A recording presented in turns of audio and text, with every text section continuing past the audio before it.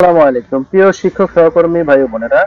আজকে আপনাদের জন্য খুবই গুরুত্বপূর্ণ একটি আপডেট নিয়ে আসলাম। যারা এমপিভুক্ত শিক্ষক আছেন তাদের বদলির বিষয়ে। তো যারা এনটিআরসি থেকে সুপারিশপ্রাপ্ত হয়েছেন তাদের পাইলটিং বদলির সফটওয়্যার রেডি এবং তারা বদলির ব্যবস্থা করবে বলে আমরা জানি। তো যারা এর আগে ম্যানেজিং কমিটির মাধ্যমে নিয়োগ পেয়েছিলেন তাদেরও বদলির প্রয়োজন কারণে যারা রিস্ক করেছিলেন, এখন আসলে তাদের সহকারে বদলি করা হচ্ছে নাকি শুধু এনটিআরসি সুপারিশপ্রাপ্তদেরই বদলি করা হবে? তো এ বিষয়ে নিয়ে আপডেট। তো আমার সাথে থাকুন, দেখতে থাকুন এবং গুরুত্বপূর্ণ যে ইনফরমেশন সেটা জেনে নিন। তো দেখতে পাচ্ছেন এখানে একটা নিউজ হয়েছে, সেখানে বলা হচ্ছে যে বেসরকারি শিক্ষকদের বদলি নিয়ে সভায় বসেছে শিক্ষা মন্ত্রণালয়। তো এই সভায় কি হওয়ার সম্ভাবনা আছে? এমপিভুক্ত যে সকল এনটিআরসি কর্তৃক সুপারিশপ্রাপ্ত হয়েছে শুধু তারাই হবে, নাকি সকল ইন্ডিভিজুয়ালরা এখানে সুযোগ পাবে, সে বিষয়ে এখন বলা হবে। তো দেখুন, এখানে বলা হচ্ছে যে বেসরকারি শিক্ষা প্রতিষ্ঠানে কর্মরত শিক্ষকদের বদলির দিক নিয়ে আলোচনা করতে সভায় বসেছেন শিক্ষা মন্ত্রণালয়ের কর্মকর্তারা। রবিবার 17 আগস্ট দুপুর 2:30টার দিকে এ সভা শুরু হয়। মাধ্যমিক ও উচ্চ শিক্ষা বিভাগের সচিব রুটিন দায়িত্ব মোহাম্মদ মুজিবুর রহমানের সভাপতিত্বে আনুষ্ঠানিক সভায় অতিরিক্ত সচিব, যুগ্ম সচিব, উপসচিব এবং আইন শাখার কর্মকর্তারা উপস্থিত রয়েছেন। নাম অপ্রকাশিত রাখার শর্তে শিক্ষা মন্ত্রণালয়ের এক কর্মকর্তা বলেন, আমরা এনটিআরসি এর সুপারিশপ্রাপ্ত শিক্ষকদের বদলি শুরু করতে চেয়েছিলাম। এটি একটি পাইলটিং প্রজেক্ট ছিল। পাইলটিং সফল হলে পরবর্তীতে ইন্ডেক্সধারী সব শিক্ষককে বদলির আওতায় নেওয়ার পরিকল্পনা ছিল। তবে তার আগেই রিট করা হয়েছে। আদালত রুল জারি করেছে, এখন রুলের জবাব দিতে হবে।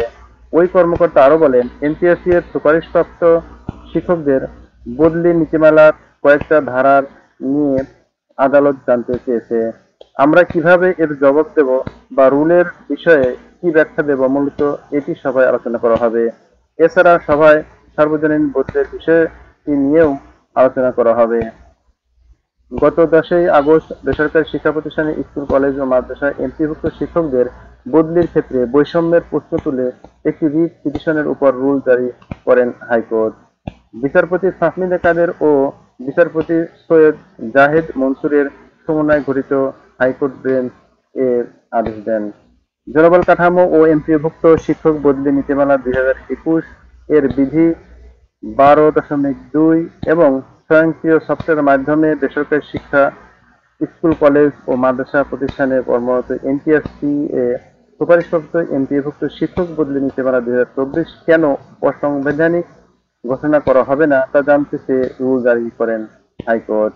একই সঙ্গে 30 ডিসেম্বর 2015 তারিখের আগে ম্যানেজিং কমিটি বা গভর্নিং বডির নিয়োগ দেওয়া এমপিওভুক্ত শিক্ষকদের বিদ্যমান বা ভবিষ্যতে প্রণীত বদলি নীতি নিয়মের অধীনে সমান শর্তে বদলির সুযোগ দেওয়ার নির্দেশ কেন দেওয়া হবে না তাও রুলে জানতে চাওয়া হয়েছে।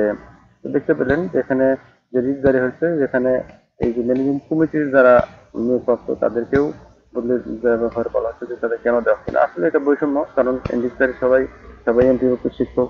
এই জন্য সুপারিশপ্রাপ্ত অসুপারিশপ্রাপ্ত অর্থাৎ ম্যানেজিং কমিটি নিয়োগ এবং এনটিএসসির নিয়োগ উভয়েরই বদলে হওয়া এটা তার হক বা অধিকার। তো আশা করি সে অধিকার ক্ষুণ্ণ হবে না এবং সেটা বাস্তবায়ন হবে। তো যে সকল ভাইয়েরা যারা এনটিএসসি বহির্ভূত অর্থাৎ গভর্নিং বডি বা ম্যানেজিং কমিটি পেয়েছেন তারা চিন্তার কোনো কারণ নেই, আপনারাও এই বদলের সুযোগ পাবেন আশা করা যায়। তো এই মিটিং থেকে আশা করি এই ধরনের রেজাল্ট আসবে। তো যে সকল ভাইয়েরা আমাকে দেখছেন তাদেরকে অসংখ্য ধন্যবাদ জানাচ্ছি।